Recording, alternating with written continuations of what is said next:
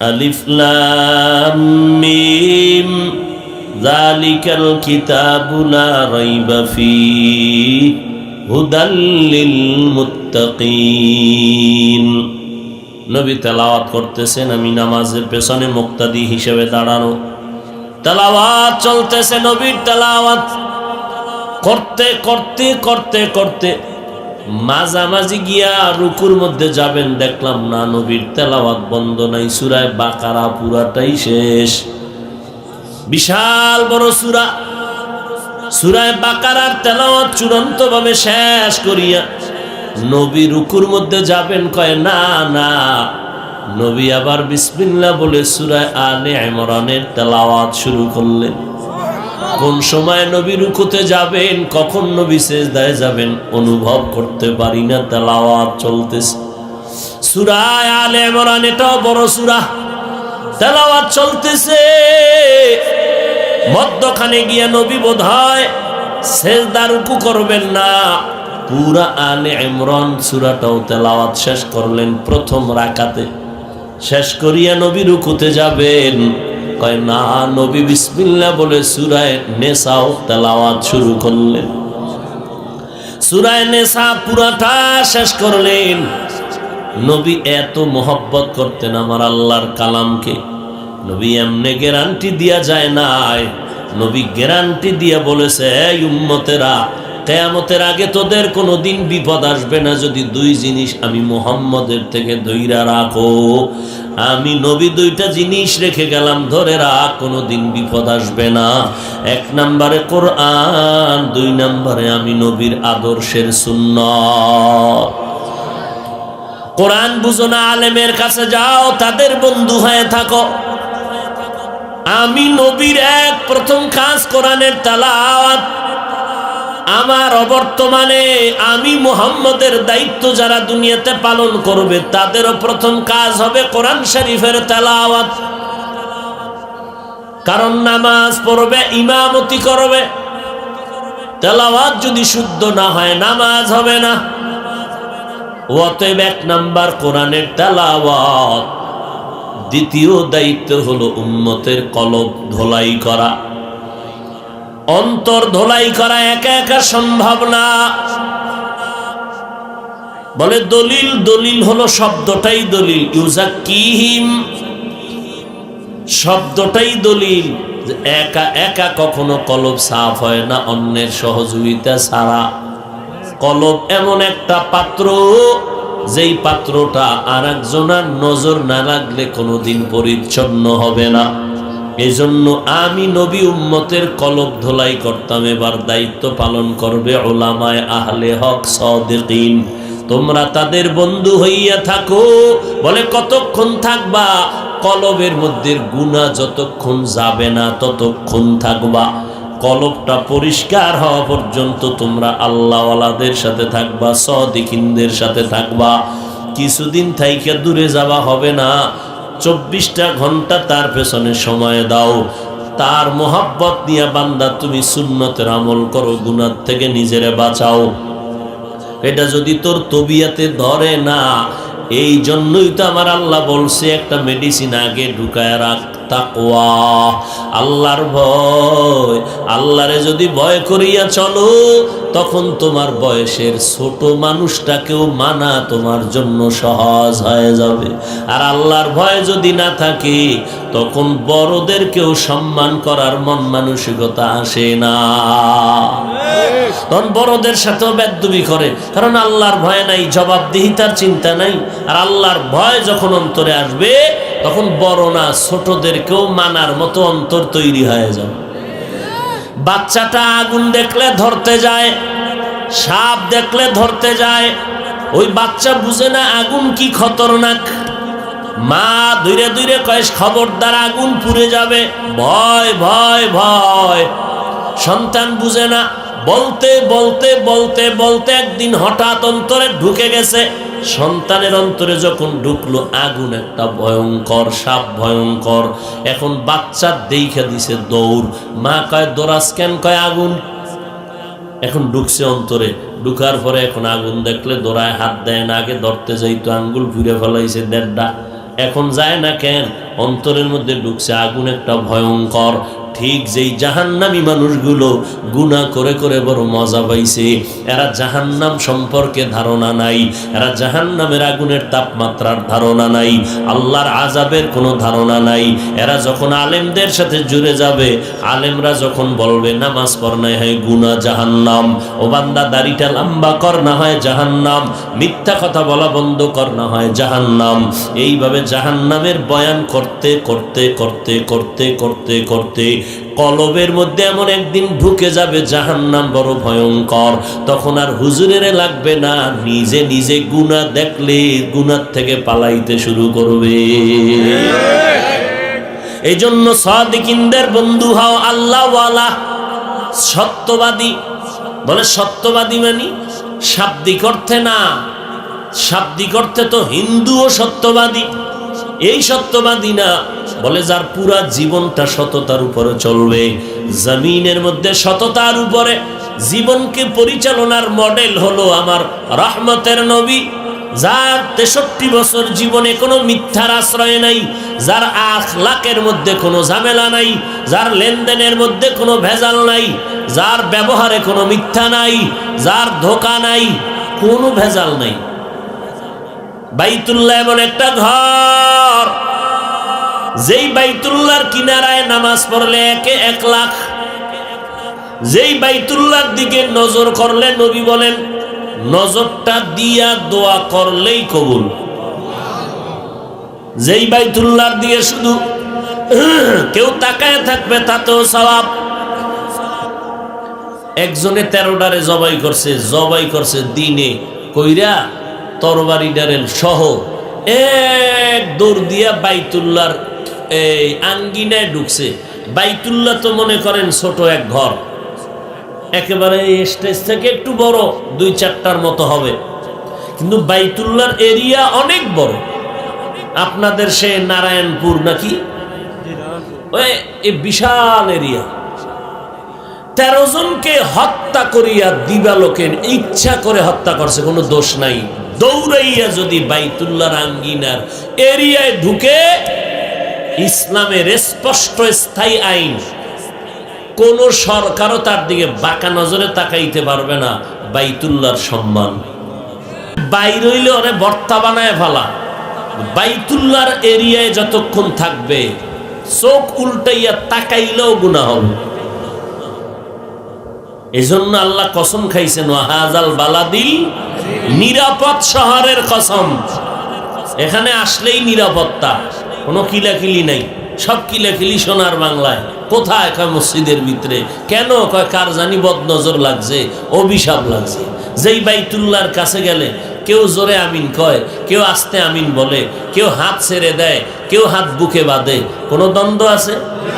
সোনার বাংলায় এত দ্বন্দ্ব কেন? কার অভিশাপ লাগছে বাঙালির কপালে? মসজিদের ভেতরে সালাম দেয় না, মুনাফেক সালাম দিলেও নেয় না। কেন? সমস্যা কি? সমস্যা? কয় পাস করলি। এরকম মুনাফেক আছে না নাই? কই আমরা টুপি ছাড়াওয়ালারেও তো সালাম দেই, হিংসা তো করি না। আর তুমি সালাম দেও না, দিলেও নাও না, সমস্যা কি? কয় দেওবন্দি। কি? আরে দেওবন্দিরে সারা মরতেও পারবি না, লেখা রাখ।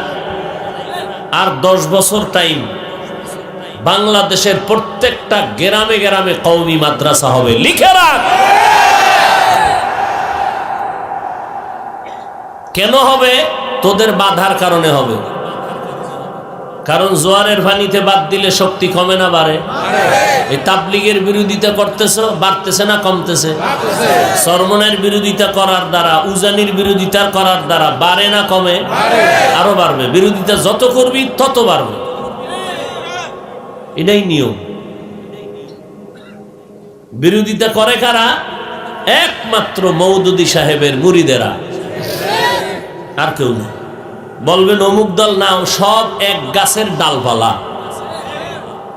ঘুরে ফিরে ওই গোড়া এক জায়গায়।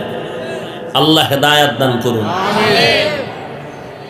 তাহলে কোরআন শরীফের অর্থ না জেনে পড়লে লাভ নাই, এই কথা মানেন? ইউটিউবের মধ্যে আমার মতো লঙ্গি ভরা মোল্লা না, বড় বড় টাইটেলওয়ালা হুজুরেরা পর্ব আকারে বক্তব্য দিতেছে, কোরআনের অর্থ না জেনে পড়িও না। আপনি নাউজুবিল্লাহ বললে কি হবে? হে তো বড় হুজুর, অনেক বড় হুজুর। আল্লাহ হেদায়াত দান করুন। তাহলে আজকে থেকে কোরআন শরীফ পড়বেন ইনশাআল্লাহ। অর্থ জানেন আর না জানেন, জানলে তো ভালো, কিন্তু না জানলে কি পড়া যাবে না? যাবে। চেষ্টা করবেন পড়ার, সন্তানেরে পড়াবেন। যারা কোরআন পড়তে পারে এদের থেকে তেলাওয়াত শুনবেন। রাজি আছেন না ইনশাআল্লাহ? আল্লাহ কবুল করেন। আমিন। আর আলেমদের সাথে সম্পর্ক রাখবেন। কোন আলেম? যেই আলেমের বয়ানে মানুষের আমল ভালো হয়, যেই আলেমের বয়ানে মানুষের দিল নরম হয়, কান্না আসে, গুনাহ ছাড়তে মনে চায়, এমন আলেম আছে এই জমিনে? আছে। এদের কাছে যাবেন, এদের দোয়া নিবেন। বাকি অন্য আলেমের বিরোধিতাও করবেন না, খবরদার। আমার মাওলা নাই, বিচার করতে পারবেন না, তা আপনার দরকার কি? আপনি খামাখা গুনাহগার হবেন কেন? আল্লাহর উপরে ছেড়ে দেন, আল্লাহ বিচার করতেছে না, আপনি টের পান না, কিন্তু জায়গা মতো বিচার হয়ে যাইতেছে। বিচার হচ্ছে তো, আল্লাহ তো দেখাই দিতেছেন সব। আমরা কেন খামাখা মন্তব্য করব? আল্লাহ হেদায়াত দান করুন। আমিন। বয়ান শুনবেন আজীবন, যদি নামাজ না পড়েন লাভ হবে? এই নামাজ পড়া, এত বয়ান, আজকে পাও দূরে দূরে বয়ান করবো হিন্দুদেরকে, বৌদ্ধদেরকে, ইহুদিদেরকে। মুসলমানের বয়ান কইরা শ্বাস ফালাবার টাইম পেই না 12 মাস। কই খাওন কই ঘুম, শুধু মুসলমানেরই তালি দিতে আছি ঘুরে ঘুরে। বয়ান কইরা বেরোই, বয়ানটা শুই না, দোয়াটা কইরেই বেরি। হাসেন কেন? মানে জুতা দিয়ে ফিডাইলে আপনার লজ্জা হবে? আপনি প্যান্ডেল থেকে, কোরআনের বাগান থেকে বয়ান শুনে মোনাজাতটা দিয়ে বাইরে বেরি ধরাইলেন, মানে জুতা দিয়ে ফিডাইলে আপনার জাল মিটব? লজ্জা হবে আপনার? কিসের বয়ান শুনলেন? আল্লাহ হেদায়াত দান করুন।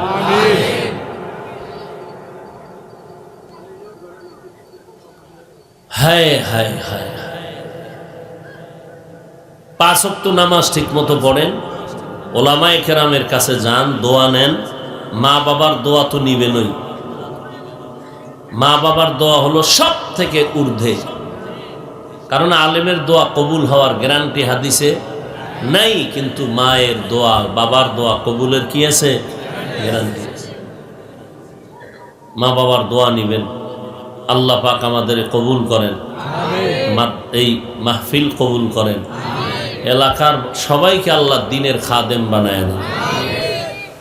3 দিন মাহফিল, অনেক ওলামায়ে কেরাম আলোচনা করেছেন, শুনেছেন।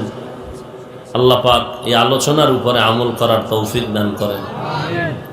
অনেক খরচ, এরকম মাহফিলের কারণে ওলামায়ে কেরাম আসবে, দিনের কথা শুনবেন, এর দ্বারা অনেক লাভ। এই লাভের পেছনে একটু টাকা পয়সা খরচ করলেও লাভ। আপনার ঘরে অসুস্থ রোগী আছে, অনেকে ব্যবসা করেন, লাভ হয় না, লস আর লস, মাথা গরম, কাস্টমারের লাগে ঝগড়া করে বোর সাথে গিয়ে খারাপ আচরণ করে, এরকম আছে না অনেক? এই অবস্থা থেকে পরিত্রাণের একমাত্র পথ হলো আল্লাহর পথে দান করো। একজন সাহাবী এসে বলে, নবী আমার একটু টাকা পয়সা বেশি দরকার। নবী কয়, দান কর। দান করা শুরু কর। এত টাকা বাড়লো, কিছুদিন আগে নবী এবার টাকা পয়সা কমানোর উপায় কি? কয়, দান করা বন্ধ কর। দান বন্ধ, টাকাও কমতে শুরু হয়ে গেল। এই বিশ্বাস আপনার অন্তরে 100 থাকবে তো ফলাফল 100 পাবেন। বিশ্বাস তো নাই, ওই লজ্জায় ফিরে আমগো কথায় দেন, হুজুরে চাইছে না দিয়ে কেমন। আল্লাহর মোহাব্বতে যদি দিতেন তাহলে আপনি 1 বছরে কোটিপতি হয়ে যাইতেন। আপনি দুনিয়ার খরচ করেন বিভিন্ন জায়গায়, ভাই মসজিদে কিছু দিবেননি? না, আমার এই গজব সেই গজব, সিরিয়ালে গজবের কথা বলতে থাকে। আমার বাচ্চা অসুস্থ। আরে তুমি আল্লাহর মোহাব্বতে বাচ্চা অসুস্থ, তুমি সাথে সাথে একটা মান্নত করো, আল্লাহ আমি তোমার দিনের পথে 50,000 টাকা দিব, এর বরকতে আমার বাচ্চাটাকে সুস্থ করো, একটা গরু দিয়ে দিব, আলেমরা খাবে, কোরআন পড়বে, দোয়া করবে, তুমি আমার বাচ্চাকে সুস্থ করো। না, ওরে আল্লাহ এত টাকা, আচ্ছা একটা খাসি, তাও কম না, 15,000 সম্ভব না। আল্লাহকে দিবি না? এবার দেখ তোর অন্য দিক দিয়ে কেমনে নেই, তোর বউয়ের কানের বালা শুদ্ধ বিক্রি করাইয়া এরপর তোরে ফকির বানামু, তোর মাইয়ার কিডনি, তোর ফোলার কিডনি এমন ভাবে ড্যামেজ হইছে, হসপিটালে গেছে, জমিন বিক্রি করে, বউরে কয় কানের অলংকার বিক্রি কর বানায় দিমু, সব গোষ্ঠী শুদ্ধ বেশ্যা টাকা পয়সা হসপিটালে দিছে, একদিনও মোবাইল লইয়া হিসাব করে নাই, এত টাকা। উম্মা যখন সন্তানরে হসপিটাল থেকে রিলিজ করে দিল, হিসাব করে দেখে 3 লাখ নাই। যাক 3 লাখ গেছে, মাইয়া ভোলার জন্য গেছে, দুঃখ নাই। বাসায় আইয়া মাথা আরো গরম, কি 1.5 লাখ দাঁড় করছি যে এটা কেমনে দেই। আর আল্লাহর রসুল কয় তোর 1.5 লাখ কিচ্ছু লাগবে না, একটা খাসি অথবা তুই আল্লাহর রাস্তায় দান কর, এ দানের ওসিলায় আল্লাহ মুহূর্তে তোমার মুসিবত দূর করে দিবে। আসছে মাথার উপরে, দান করবা, দেখবা নাই।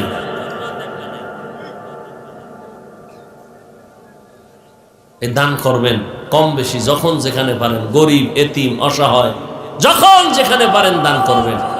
তবে আপনি যদি জানেন যে এই লোকটারে টাকা দিলে বিড়ি টানবে, যাই না শুনে এই বিড়ি টানার ক্ষেত্রে দান করা যাবে না।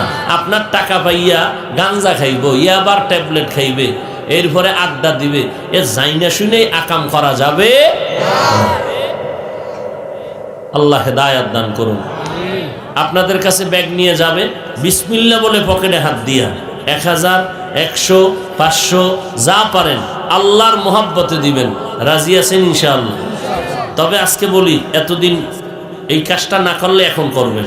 টাকাটা যখন দিবেন আল্লাহর মোহাব্বতে নিজে নিজে তখন একটা নিয়ত করবেন, এখনই আল্লাহ এই টাকার বরকতে ব্যবসার এই সমস্যা দূর করে দাও। নিজে নিজে খেয়াল করবেন কি সমস্যা আছে, ওটা বইলা টাকাটা দিবেন। বিসমিল্লাহ মুখে বলেন, বইলা পকেটে হাত দেন, দিয়া টাকাটা যখন দিবেন নিয়ত করবেন কি বিপদে আছেন, আল্লাহ বিপদ থেকে উদ্ধার করো, এই নিয়তে নিয়ে দেন। আলহামদুলিল্লাহি রাব্বিল আলামিন, ওয়াসসালাতু ওয়াসসালামু আলা সাইয়্যিদিল আমবিয়াই ওয়াল মুরসালিন ওয়া আলা আলিহি ওয়া আসহাবিহি আজমাইন। ইয়া আরহামার রাহিমিন, ইয়া আরহামার রাহিমিন, ইয়া আরহামার রাহিমিন, রব্বিরহামহুমা কামা রব্বায়ানি সগীরা। ইয়া আল্লাহ আজকের মাহফিল কবুল করে নেন। 3 দিনের আয়োজন যারা করেছে তাদেরকেও কবুল করে নেন। আয় আল্লাহ এলাকার ঘরে ঘরে শান্তি দান করেন। আয় আল্লাহ যারা ব্যবসা করে, চাকরি করে, বরকত বাড়ায় দেন। আল্লাহ মা বোনদের পর্দানিশি আবেদা বানায় দেন, সন্তানগুলো নেককার বানায় দেন।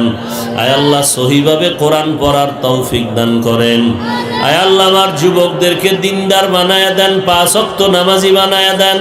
সারা দুনিয়াবাসীকে মাফ করে দেন। বাংলাদেশ শান্তির দেশ বানায় দেন। দেশের জন্য যারা জীবন দিল, মাফ করার চেষ্টা করে, কবুল করে নেন। প্রশাসনিকভাবে যারা কাজ করে দিনদার বানায় দেন। জনপ্রতিনিধির দায়িত্ব যারা পালন করে দিনের খাদেম বানায় দেন। আয় আল্লাহ আমরা যারা হাত তুলেছি, আমাদের মা, আমাদের বাবা, মুরব্বীরা যারা কবরে জান্নাতের বাগান বানায় দেন। আম্বিয়ায়ে কেরাম, সাহাবায়ে কেরাম, শুহাদায়ে কেরাম, আউলিয়ায়ে কেরাম, আসাতিজায়ে কেরাম, বিশেষ করে আমাদের মুরব্বী এই বাগিচা হযরত কুমিল্লা পীর সাহেব হুজুর দুনিয়াতে নাই। আয় আল্লাহ মেহেরবানি করে তার জান্নাতে মাকাম উঁচু করে দেন আল্লাহ। আয় আল্লাহ তার রেখে যাওয়া আমানত রক্ষার তৌফিক সবাইকে দান করেন। আয় আল্লাহ এলাকা কোরআনের আলো দিয়া আলোকিত করে দেন। সবার সিনায় হেদায়েতের নূর দান করেন আল্লাহ। রিয়া, হাসাদ, কিবির দূর করে ইখলাস দান করেন। চলার পথে ইজ্জতের সাথে হেফাজত করেন। সুন্নাতওয়ালা জিন্দেগি দান করেন। নবীজির মুহাব্বতে আমাদের দোয়া কবুল করে নেন। আয় আল্লাহ মুরব্বীদেরকে কবুল করে নেন। আয় আল্লাহ মোবাইলের গুনাহের থেকে হেফাজত করেন। আয় আল্লাহ মা বোনদেরকে আপনি কবুল করে নেন। আয় আল্লাহ আমাদের হায়াতে ইজ্জতে বরকত বাড়ায় দেন। অসুস্থ যারা কুদরতের হাতে সুস্থ করে দেন। আওয়াজের ভিতরে, কথার ভিতরে রুহানিয়াতে স্পষ্টতা বাড়ায়া দেন আল্লাহ।